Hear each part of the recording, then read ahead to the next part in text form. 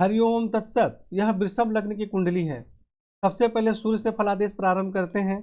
तो सूर्य इस कुंडली में माता भूमि भवन के स्वामी होते हैं और स्व राशि में विराजमान है, परंतु 29 अंश के हैं, बिल्कुल कमजोर हैं।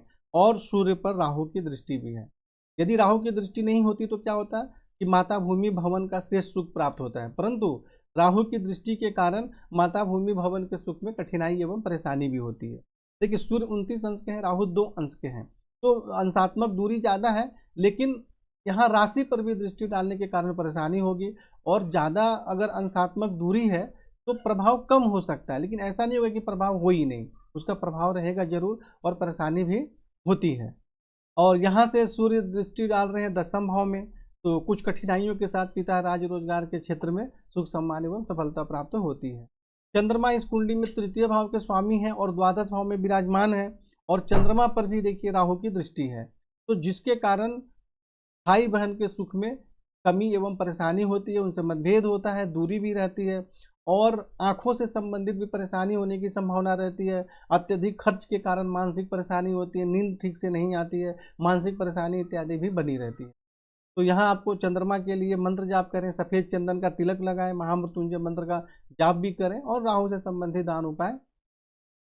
मंगल इस कुंडली में 7वें भाव के स्वामी हैं और द्वादश भाव के स्वामी हैं, बाहरी स्थानों खर्च के स्वामी हैं और पत्नी एवं वैवाहिक जीवन के स्वामी हैं। तो मंगल को अकारक माना जाता है, परंतु पत्नी के सुख के लिए तो महत्वपूर्ण स्थान है इनका।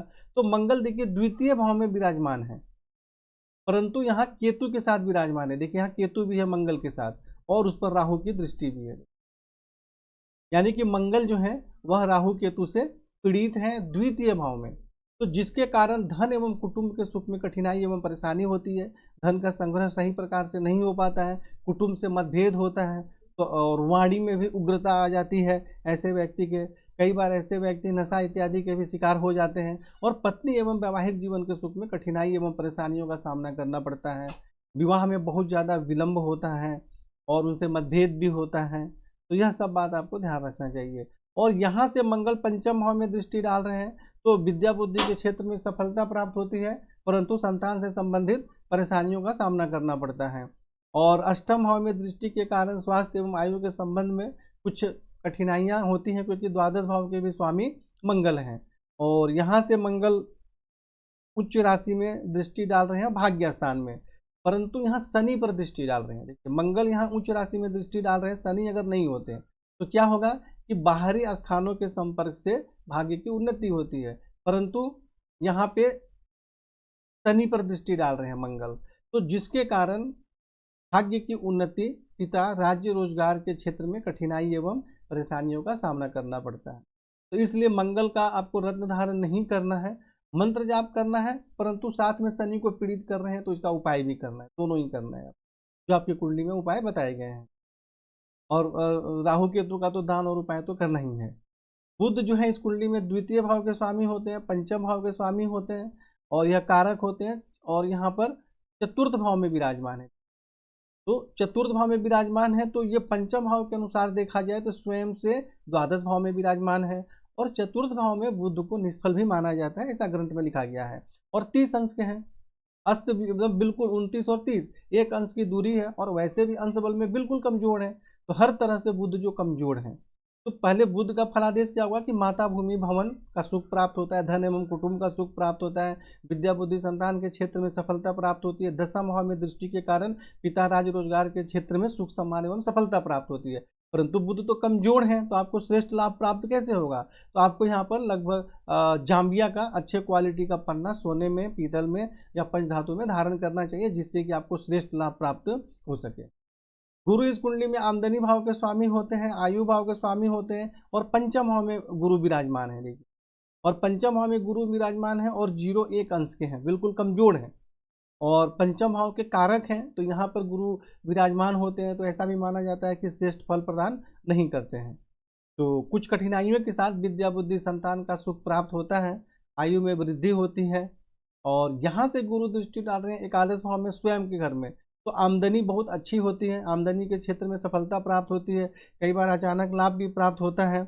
और लग्न में दृष्टि के कारण शारीरिक स्वास्थ्य से संबंधित कुछ परेशानी होती है, परंतु मान सम्मान प्रतिष्ठा भी प्राप्त होती है। तो यहाँ आपको गुरु जो है इनका मंत्र जाप करना आपको अत्यंत आवश्यक है। अंश बल में बिल्कुल कमजोर है, तो गुरु का मंत्र जाप भी करना जरूरी है और लक्ष्मी मंत्र का भी जाप करना ऐसे व्यक्ति को बहुत ज़्यादा जरूरी है। शुक्र जो है इस कुंडली में लग्नेश है और षष्ठेश है, तो स्वास्थ्य एवं जीवन की उन्नति के स्वामी है और यह विराजमान है पंचम भाव में, और शुक्र अपने नीच राशि में विराजमान है। परंतु जिस भाव में शुक्र नीच राशि में विराजमान है, इसके स्वामी लग्न से केंद्र में विराजमान है, और शुक्र 24 अंश तक नीच के होते हैं, 25 अंश के हैं, तो वैसे नीच नहीं है लेकिन अंश बल में कमजोर हो गए। नीच भंग भी हो गया लेकिन अंश बल में तो कमजोर है। तो कुछ कठिनाइयों के साथ विद्या बुद्धि संतान के क्षेत्र में सफलता प्राप्त होती है, शारीरिक स्वास्थ्य सौंदर्य सम्मान प्रतिष्ठा में वृद्धि होती है, आमदनी बहुत अच्छी होती है। तो यहाँ पे शुक्र को आपको प्रबल करना जरूरी है। आप लगभग 10 कैरेट का ओपल चांदी में धारण करें, यह आपके लिए बहुत ज़्यादा जरूरी है और बहुत अत्यंत आवश्यक है धारण करना। दूसरी बात की जो वैवाहिक जीवन के सुख में जो प्रॉब्लम है, तो शुक्र भी उसके कारक होते हैं। तो यहाँ पे सप्तम भाव के देखिए, विवाह के लिए सप्तम भाव और द्वितीय भाव देखा जाता है। तो सप्तम भाव के स्वामी द्वितीय भाव में जाके राहु केतु से पीड़ित हो गए, और जो विवाह के कारक शुक्र है वह भी कमजोर स्थिति में है। तो इन दोनों को ठीक करना जरूरी है, जिससे कि वैवाहिक जीवन के सुख में जो परेशानी है उसमें कमी आए। शनि इस कुंडली में सबसे राजयोग कारक ग्रह होते हैं और स्वयं राह के ही घर में विराजमान है, तो भाग्य की विशेष उन्नति होती है। ऐसे व्यक्ति धर्म का पालन करते हैं, उच्च शिक्षा भी अच्छी प्राप्त होती है, पिता राज रोजगार के क्षेत्र में सुख सम्मान एवं सफलता प्राप्त होती है। एकादश भाव में दृष्टि के कारण आमदनी के क्षेत्र में सफलता प्राप्त होती है। तृतीय भाव में दृष्टि के कारण पराक्रम में वृद्धि होती है, परंतु भाई बहन के सुख में परेशानी एवं मतभेद भी होता है। और षष्ठ भाव में दृष्टि के कारण शत्रु पक्ष पर प्रबल प्रभाव रहता है, उस पर विजय प्राप्त होती है और नौकरी में भी बहुत अच्छी सफलता प्राप्त होती है। मतलब इस योग्य के कारण ऐसे व्यक्ति को भाग्य की भी उन्नति होती है और नौकरी में भी रोजगार में भी बहुत अच्छी सफलता प्राप्त होती है। राहु इस कुंडली में देखिए यहाँ अष्टम भाव में विराजमान है, तो स्वास्थ्य एवं आयु के संबंध में परेशानी होती है। द्वादश भाव में चंद्रमा को दृष्टि डाल रहे हैं, तो फिजूल खर्च के कारण भी बहुत ज़्यादा मानसिक परेशानी होती है, आंखों से संबंधित भी परेशानी होने की संभावना रहती है, भाई बहन के सुख में भी परेशानी होती है। और द्वितीय भाव में मंगल को दृष्टि डाल रहे हैं, तो पत्नी वैवाहिक जीवन धन कुटुंब के सुख में परेशानी होती है। और चतुर्थ भाव में सूर्य पर दृष्टि डाल रहे हैं, तो माता भूमि भवन के सुख में भी परेशानी होती है। राहु से संबंधित दान एवं उपाय करें। केतु यहाँ पे मंगल के साथ विराजमान है, तो वही बात फिर भी धन कुटुंब पत्नी वैवाहिक जीवन के सुख में परेशानी। और षष्ठ भाव में दृष्टि डालते हैं, तो शत्रु पक्ष पर प्रबल प्रभाव रहता है, परंतु पेट में कुछ बीमारी होने की संभावना रहती है। अष्टम भाव में दृष्टि के कारण आयु में वृद्धि होती है, लेकिन पेट के सबसे निचले भाग में किसी प्रकार की बीमारी इत्यादि होने की संभावना रहती है। दसम भाव में दृष्टि डालेंगे तो पिता राज रोजगार के क्षेत्र में कठिनाई एवं परेशानियों का सामना करना। तो इस प्रकार आपको सभी ग्रहों के उपाय और फलादेश बताए गए हैं। आपकी कुंडली में जो PDF फाइल भेजा गया है उसको देखें और इस वीडियो को देखें और समझकर उपाय करें और जीवन में आगे बढ़ें। हरिओम तत्सत।